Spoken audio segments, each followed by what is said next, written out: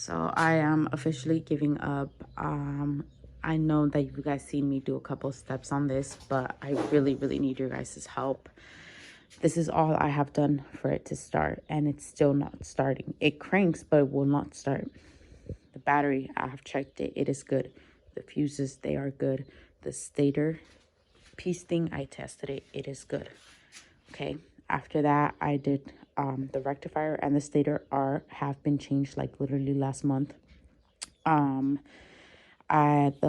fuel sensor for the cooling thing is changed. The fuel pump is changed. Brand new. The spark plugs are brand new. There still is power going through that. I also did clean out all the injectors, all 8 of them. They weren't dirty. They are cleaned out. And yeah, I think I've done everything I could possibly do, and it still doesn't start. So if you guys could help me down in the comments would be really great, because I've given up, and I just don't want to be spending more money onto something that I don't know what it is, or keep taking it apart. It really sucks.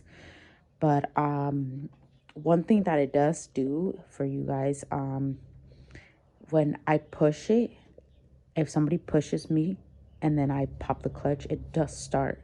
And I know you guys could say, oh, it could be the battery, but I've already tested the battery and fully charged it, and that is not the case.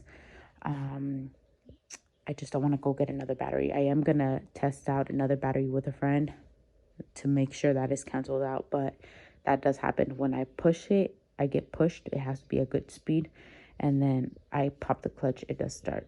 So that's it. So if you guys could help me out, would be great. It is a 2007 600 Gsxr.